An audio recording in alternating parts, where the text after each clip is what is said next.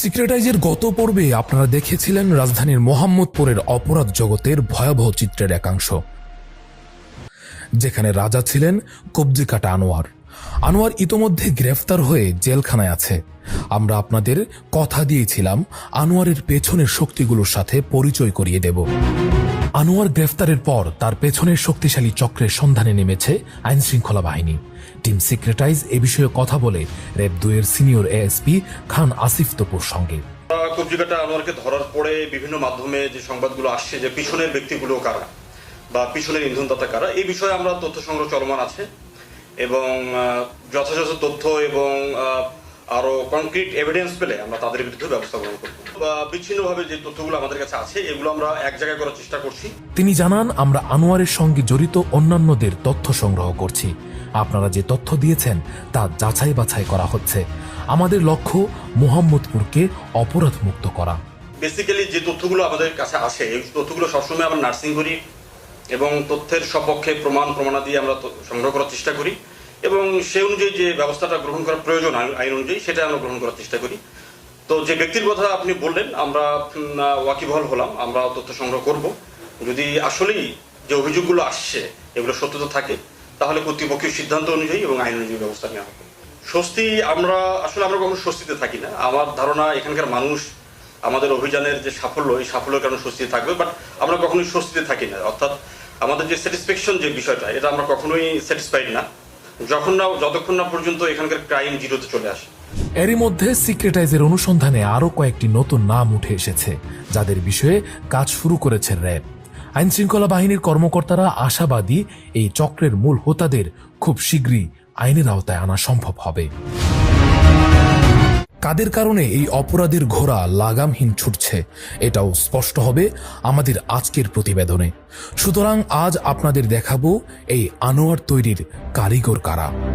আনোয়াররা থমকে গেলে কারা আবার শক্তি যোগান। আনোয়ারদের যেখানে শেষ সেখান থেকে শুরু সেই সব মাফিয়াদের। এমন একটি নাম কালা মনির। পুরো নাম মনিরুজ্জামান মনির ওরফে কালা মনির। সিক্রেটাইজের অনুসন্ধানে তথ্য আসে মনিরুজ্জামান মনির দীর্ঘদিন রাজনীতির ছত্রছায়ায় ভূমিদস্যুতা, চাঁদাবাজি, মাদক ব্যবসা ও টেন্ডারবাজির মাধ্যমে আতঙ্কের রাজত্ব কায়েম করে আসছিল। মোহাম্মদপুর, আদাবর ও ঢাকা উদ্যান এলাকায় তার দখলদারি সক্রিয় ছিল। আনোয়ারের মতো শুধু কবজি কাটার সাহস থাকলেই মনির হওয়া যায় না। এদেশের মাফিয়াতন্ত্রের সুরমা চোখে লাগাতে হলে রাজনৈতিক শেল্টার লাগবেই। মনিরের এই সুবিধাটা ভালোই ছিল। স্থানীয় রাজনীতির আশ্রয়ে মনির প্রভাবশালী ব্যক্তিদের সঙ্গে সখ্যতা গড়ে তোলে এবং দ্রুতই অপরাধ জগতে প্রবেশ করে। 2019 সালে 33 নম্বর ওয়ার্ড কাউন্সিলর তারিকুজ্জামান রাজীব গ্রেফতার হলে মনির কিছুদিন আত্মগোপনে গিয়ে আরও শক্তিশালী হয়ে ফিরে আসে। আদাবর থানা আওয়ামী লীগের সহসভাপতির পদ বাগিয়ে নিয়ে তার অপরাধ কার্যক্রম আরো বাড়িয়ে দেয়। মনিরের নেতৃত্বে আনোয়ার বাহিনী চাঁদাবাজি, জমি দখল ও ছিনতাই চালিয়ে আসছে। দেশের নারীরা অগ্রগামী হচ্ছেন, কেউ কেউ সফল উদ্যোক্তা হচ্ছেন। তাহলে এখানে নারীরা কেন পিছিয়ে থাকবেন? এমন জেদ থেকেই হয়তোবা মনিরের মা সাবিহা খাতুন মনিরের অনুপস্থিতিতে পুরো অপরাধ সাম্রাজ্য নিয়ন্ত্রণ করছে। মনিরের নির্মম বর্বরতার শিকার একজন ভুক্তভোগী নাজিম। তিনি অভিযোগ করেন মনির বাহিনী প্রথমে তার বাড়ি দখল করে, পরে মনিরের মা সাবিহা বেগমকে 1 লাখ টাকা চাঁদার বিনিময়ে তা ফিরিয়ে দেওয়া হয়। এই চাঁদা নেওয়া হয়েছে স্ট্যাম্পে লেখালেখি করে। শুধু একটু কল্পনা করুন, মোহাম্মদপুর এমন এক মুলুক যেখানে চাঁদার ক্ষেত্রে স্ট্যাম্প লেখালেখি হয়। এ যেন আত্মবিশ্বাসের সাথে চাঁদাবাজি। মিরপুর 1 নম্বর থেকে বাসায় ফেরার পথে 10 নম্বর কমিউনিটি সেন্টারের সামনে মনিরের লোক শাহাবুদ্দিন, হুমায়ুন, হোসেন, ওরা অনেক লোক ছিল, গ্যাং ছিল। তো একটা গ্যাং পালে, এর মধ্যে ছিল হুমায়ুন, হোসেন, শাহাবুদ্দিন। ওরা আমার এখানে গান ঠেকায় গাড়িতে উঠে প্রথম আনে সেকেন্ড একে ওর বাসায়, ওইখান থেকে অনেক টর্চার করে। এরপরে নিয়ে আসে ওর বাগান বাড়িতে, ঢাকা উদ্যানে একটা ওর বাগান বাড়ি আছে, মনিরের বাগান বাড়ি আপনার একদম নদীর সাইডে। ওইটা ওর টর্চার সেল। আসলে সবাই জানে যে এটা ওর বাগান বাড়ি, কিন্তু এটা আসলে বাগান বাড়ি না, ওটা টর্চার সেল। ওইখানে আমার রাতভর অনেক মারে, অনেক কি করে। আর আমার এই দেহের ক্ষতগুলো তো দেখতেছি, এগুলা আমার গ্যাংরা রড, কেউ চাকু, কেউ রড, যে যে পারে আমার অমানুষের মতো মারে। প্রথমে এনে একজনের কোদালা নেয় মাটিগুলো খোঁড়ে ডিপের থেকে ফ্রিজের থেকে বরফ বাইর করে ফালায়া আমার হাতটা এইভাবে বাঁধে, হাতটা এইভাবে বাঁধে, পাটা এইভাবে বাই দেয়, আমার বরফে ফালায় রাখে। তখন বলে যে তোরা হাতে মারব না, তোরা এখানে ফালায় রাখলাম ঠান্ডার দিন, তুই এমনি মরে যাবি, একটু পরে লাশ বাইরে ফালাই দেবো, সবাই বলবো ঠান্ডায় মরে গেছিস। আমি কোনো প্রমাণ রাখি না মারলে। তুরাগ নদের তীরে অবৈধভাবে নির্মিত মনিরের বিলাসবহুল বাগানবাড়ি ছিল এক ভয়ঙ্কর টর্চার সেল। এখানে ধরে এনে নির্মম শারীরিক নির্যাতন চালানো হতো, যাতে বাইরে শব্দ না যায় সেজন্য উচ্চস্বরে গান বাজানো হতো। মনির বর্তমানে সুদূর আমেরিকায় বসবাস করছেন বলে জানা গেছে, তবে তার অনুগত বাহিনী ও তার মা এখনও তার অপরাধ সাম্রাজ্যের কার্যক্রম চালিয়ে যাচ্ছেন। আনোয়ার তৈরির অন্যতম আরেক কারিগর শামীম ব্যাপারী। মোহাম্মদপুরে শামীম ব্যাপারী দীর্ঘদিন ধরে চাঁদাবাজি, জমি দখল, ছিনতাই সহ ভয়ঙ্কর অপরাধ কর্মকাণ্ড চালিয়ে আসছে।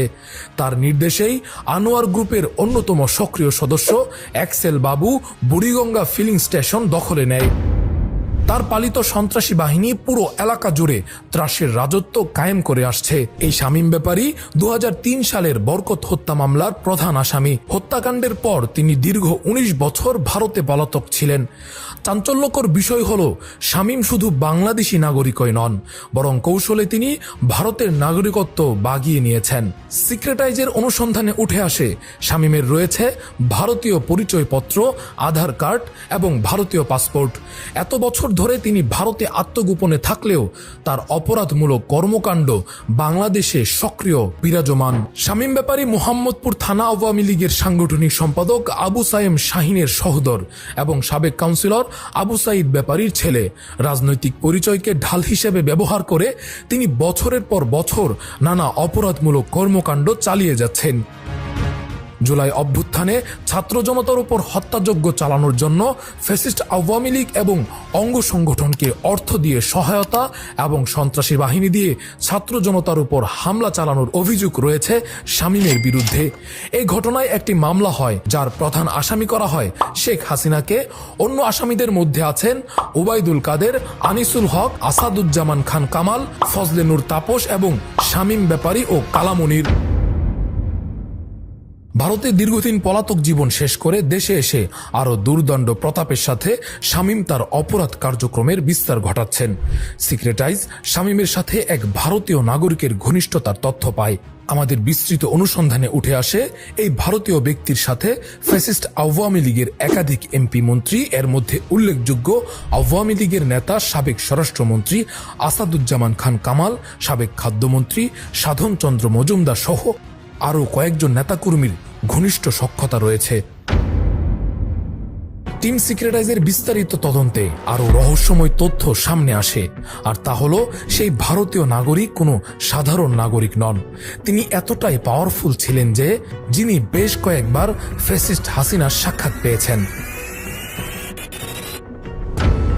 অবলীলায় একটা দেশের প্রধানমন্ত্রীর সাক্ষাৎ পেয়ে যান, তাহলে কে সে?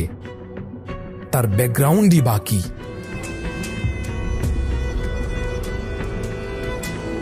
भारत हमारा पहचान है और भारत भूमि हमारे भूमि है। अखंड भारत हमारे भूमि है। नमस्कार, भारत माता की जय। অতঃপর যা বেরিয়ে আসে তা কখনো কেউ কল্পনাও করেনি। ভারতীয় সেই নাগরিকের নাম সিদ্ধার্থ চ্যাটার্জি, যিনি কলকাতায় বসবাস করেন। সংশ্লিষ্ট ব্যক্তিদের দাবি যে সিদ্ধার্থ চ্যাটার্জি আসলে ভারতের গোয়েন্দা সংস্থা র এর একজন এজেন্ট। তার সামাজিক যোগাযোগ মাধ্যম অনুসরণ করেও দেখা যায় তিনি বিভিন্ন সময়ে বহুবার বাংলাদেশে এসেছেন ও অবস্থান করেছেন। মোহাম্মদপুর, কবজিকাটা আনোয়ার, কিশোর গ্যাং, কালামনির, তারপর শামীম ব্যাপারী এবং ক্ষমতাসীন এমপি মন্ত্রী থেকে শুরু করে সীমানার ওপারের সিদ্ধার্থ চ্যাটার্জি, এ যেন জাল সুতার এক জটলা বিভ্রম, যা দূর থেকে দেখলে বিচ্ছিন্ন মনে হয়। আসলেই কি এসব বিচ্ছিন্ন? বরং একটা গিট খুললে স্পষ্ট হয়ে যায় এ এক বিছানো জাল। কিন্তু বছরের পর বছর সেই গিট খোলার ইচ্ছে কি আমাদের দেশে সরকার কিংবা প্রশাসন করেছে? ছিল কি সেই সদিচ্ছা? আমাদের দেশ অশান্ত থাকলে কাদের সুবিধা? সকল অপরাধী বা কেন পালিয়ে প্রতিবেশী দেশে চলে যায়? কেন তারা আশ্রয় দেয়? কেনই বা তাদের সাথে এত সখ্যতা? পরিবর্তিত নতুন সরকার কিংবা তাদের প্রশাসন কি এই প্রশ্নগুলোর উত্তর খুঁজে দেখবে? ৫-৭টা বিচ্ছিন্ন ঘটনা একযোগে ঘটলে রাজধানীর কি বাজে পরিস্থিতি হয় তা সম্প্রতি আমাদের কাছে নদীর পানির মতো স্বচ্ছ।